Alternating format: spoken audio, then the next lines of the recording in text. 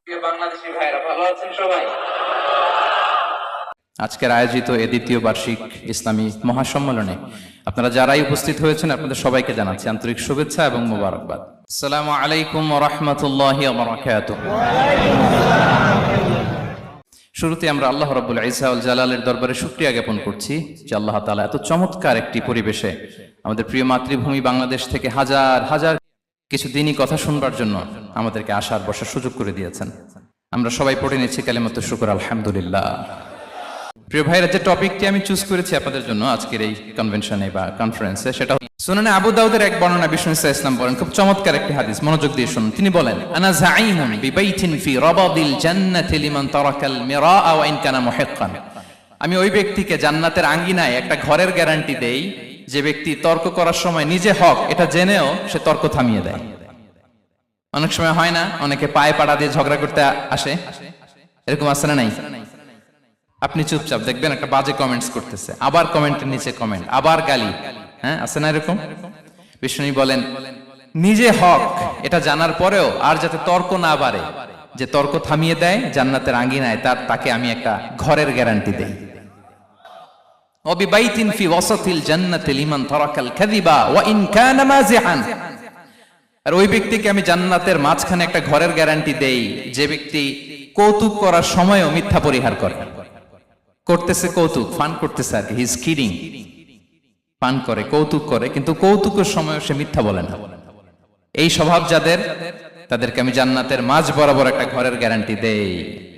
এরপর বিষ্ণু কি বলে দেখেন, তিনি বলেন ওয়াবিবাইতিন ফি আ'লাল জান্নাতি লিমান হাসানা খুলুকাহ।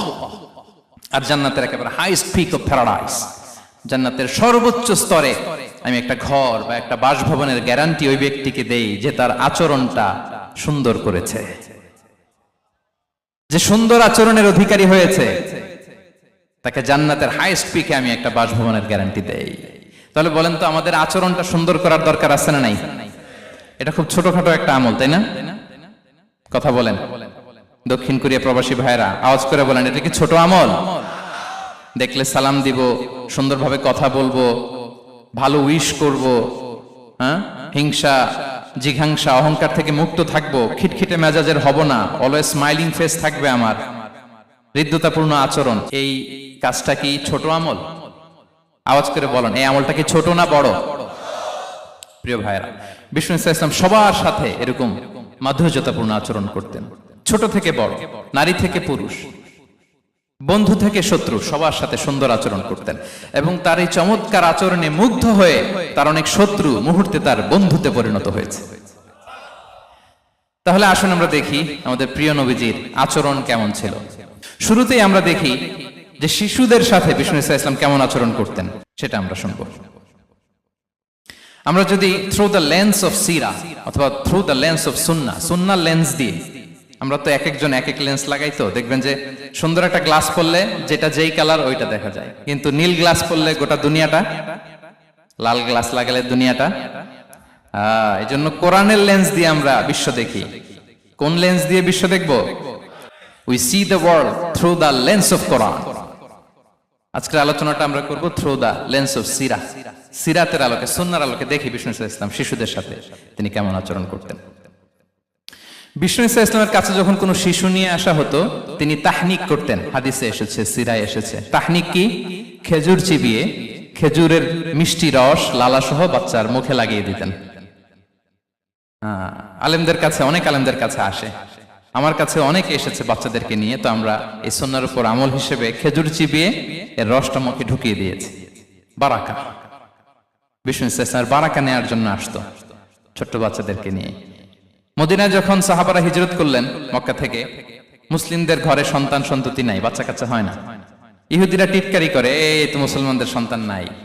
সর্বপ্রথম যেই সন্তান হয়েছে তিনি হচ্ছেন আয়েশা রাদিয়াল্লাহু তাআলা আনহার বড় বোন আসমা বিনতে আবু বকরের ঘর উজাড় করে এক সন্তান এসেছে, পুত্র সন্তান, নাম হচ্ছে আব্দুল্লাহ। কি নাম? আব্দুল্লাহ ইবনে জুবাইর। তো আসমা আব্দুল্লাহকে কোলে নিয়ে বিষ্ণুনবীর কাছে আসলেন। বিষ্ণুনবী খেজুর চিবিয়ে ওনার লালা মিশ্রিত রস খেজুর সহ মুখে লাগিয়ে দিলেন। তো আসমা সবসময় গর্ব করে বলতেন যে আমার সন্তানের পাকস্থলীতে সর্বপ্রথম যেটা ঢুকেছে এটা হচ্ছে বিষ্ণুনবীর লালা মিশ্রিত খেজুরের রস। আল্লাহু আকবার। বাচ্চারা আসলে বিষ্ণুনবী তাহনিক করতেন এবং এটা ল্যাবরেটরিক্যালি প্রুভড, সায়েন্টিফিক্যালি প্রুভড যে বাচ্চার জন্মের পরে এরকম মিষ্টি দিলে, স্পেশালি ডেটস নির্যাস যদি দেয়া হয়, তাহলে এটা তার ইমিউন সিস্টেম বাড়ায়, রোগ প্রতিরোধ ক্ষমতা বাড়ায়, তার ব্লাড সার্কুলেশন বাড়ায়, রক্ত সঞ্চালন বাড়ায়। বিষ্ণুনবী এটা করতেন। অনেক মায়েরা বরকতের জন্য বিষ্ণুনবীর কোলে বাচ্চা দিতেন, অনেক বাচ্চা বিষ্ণুনবীর কোলেই পেশাব করেছে, হাদিস সাক্ষী। ওখান থেকে মাসালা এসেছে, মেয়ে বাচ্চা পেশাব করলে কিভাবে ক্লিন হবে, ছেলে বাচ্চা পেশাব করলে কিভাবে ক্লিন হবে।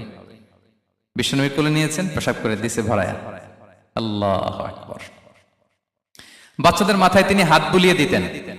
যেই বাচ্চার মাথায় বিষ্ণুনবী হাত বুলাতেন, ওই বাচ্চার মাথায় খুব বেশি বেশি চুল গজাতো। সুবহানাল্লাহ পড়বেন না?